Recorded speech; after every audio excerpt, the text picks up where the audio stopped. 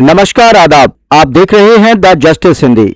उत्तर प्रदेश में पंचायत चुनाव का बिगुल बजने वाला है, मगर इससे पहले ही गांव में चुनावी बिसात बिछने लगी है। लेकिन इसी बीच बेस्ट यूपी के बागपत जिले से एक अच्छी खबर सामने आई है, जहां राजनीति के साथ साथ समाज सुधार की गूंज सुनाई दी है। डिकोली गांव में हुई एक बड़ी पंचायत ने चुनावी परंपराओं को सीधी चुनौती देते हुए साफ कर दिया है कि हार स्वीकार है, लेकिन वोट के बदले शराब नहीं, क्योंकि पंचायत चुनाव में बड़ी मात्रा में शराब का चलन है। पंचायत चुनाव में प्रत्याशी सबसे अधिक शराब पर खर्च करते हैं। दरअसल त्रिस्तरीय पंचायत चुनाव को लेकर ढिकोली गांव में पंचों, प्रत्याशियों और खाप चौधरियों की मौजूदगी में एक अहम बैठक हुई। इस पंचायत में न तो भाषणों की होड़ दिखी और न ही बड़े बड़े वादे, बल्कि पूरा जोर रहा चुनाव को शराब से दूर रखने पर। पंचायत में सर्वसम्मति से तय किया गया कि इस बार वोट पाने के लिए शराब बांटने की पुरानी राजनीति नहीं चलेगी। बैठक में मौजूद प्रत्याशियों ने खुले मंच से शपथ ली कि वे किसी भी हाल में वोट के बदले शराब नहीं देंगे। इतना ही नहीं, पंचायत ने यह भी फैसला किया कि अगर कोई मतदाता शराब की मांग करता है तो प्रत्याशी उसके घर तक प्रचार के लिए नहीं जाएंगे। संदेश बिल्कुल साफ था,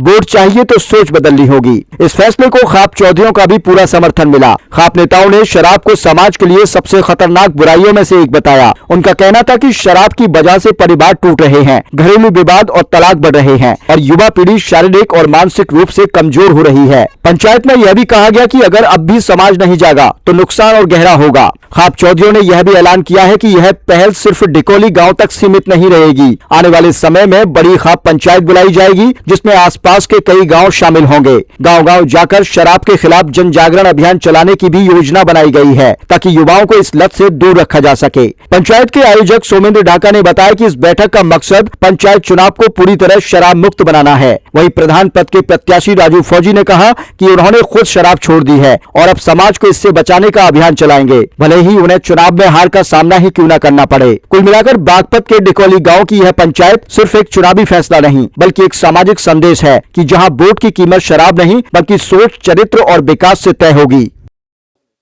पढ़ लिया जी। पहली बात तो मेरे अंदर कोई नशा नहीं है, बीड़ी का नहीं, सिगरेट का नहीं, दारू का नहीं, अंडा मीट मुर्गे का नहीं, चाय का नहीं। दूसरी बात है, मैं किसी आदमी को भी दारू नहीं दूंगा। मेरे मकान पाओ, मेरे साथ रहो, सम्मान पूरा करूंगा और चीज खाने पीने की चीज की कसर नहीं छोड़ दूंगा, बाकी शराब नहीं दूंगा। राजू भाई, कहा जाता है कि बिना शराब के चुनाव नहीं जीते जाते। हाजी नहीं, ये तो बेकार की बात है। शराब पीने लोग वाले तो कुछ ही लोग होते हैं, उनका तो यही पता नहीं लगता है वो वोट देंगे कि नहीं देंगे। तो आपने क्या प्रण ये ले रखा है जी, शराब नहीं दूंगा मैं किसी को, सम्मान बहुत करूंगा। ये आज हमारे गाँव दिल्ली से ये पंचायत हुई है, यहाँ पे प्रण लिया गया, तो इसको आगे कहाँ पे चलाओगे? इसको वहां तक चलाए जहां तक चलेगा, चलाते ही रहेंगे जी। तो नाम जानना चाहिए। सोमेंद्र ढाका। सोमेंद्र जी, आज ग्राम डिकोली में पंचायत की है, इसलिए पंचायत की है। देखिए, ग्राम डिकोली में मैंने अपने गांव में ये पंचायत आयोजित की है।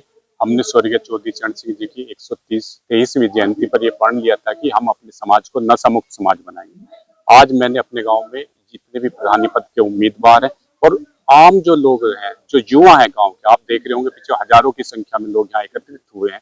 हमने अपने समाज को नशा मुक्त समाज बनाने के लिए सभी लोगों से, युवाओं से आह्वान किया है और बड़ी संख्या में जो चुनाव के प्रत्याशी हैं उन्होंने प्रण किया है कि वे आगामी पंचायत चुनाव में नए नशे का बहिष्कार करेंगे। लोगों ने ये कहा है कि जो प्रत्याशी नशे का वितरण करेगा, बांटेगा, उसको वोट नहीं दी जाएगी। आपके पंचायत में प्रत्याशी भी आए हैं जो जिला पंचायत चुनाव नजदीक है, उन्होंने किस तरह का प्रण लिया है?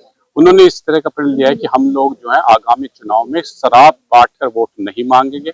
उन्होंने कहा है कि जैसा अभी आपने सुना होगा, कई प्रत्याशियों ने कहा कि हम लोगों को हारना मंजूर है, लेकिन हम लोग नशे का वितरण नहीं करेंगे। वो कहते हैं कि हम हार जाएं, लेकिन हम अपने समाज को जिताना है, अपने लोगों को जिताना है। ये मुहिम कैसे चलाओगे? ये मुहिम हम गांव-गांव में चलाएंगे। अभी देखिए, अभी 29 दिसंबर को हम लोगों ने जिलाधिकारी महोदय को भी ज्ञापन दिया था, क्योंकि वो भी रोक लगाए। सरकार और आम लोग सभी मिलकर इस मुहिम को चलाएंगे। सरकार जो प्रतिबंध लगाएगी नकली दवाओं पर, जो मेडिकल स्टोर पर, और लोग जो है वो जन जागरण चला के जागरूकता अभियान चलाएंगे। सुमेंद्र जी, गाँव के अंदर जो लोग अवैध रूप से शराब का वितरण करते हैं, शराब की बिक्री करते हैं, उनके बारे में क्या आप? देखिए, उनका मैं बताऊं, कोई भी व्यक्ति यदि शराब का वितरण करता है तो मैं प्रशासन से ये चाहूंगा, ऐसी कोई चीज नहीं है कि उनकी नजरों से दूर रहती है।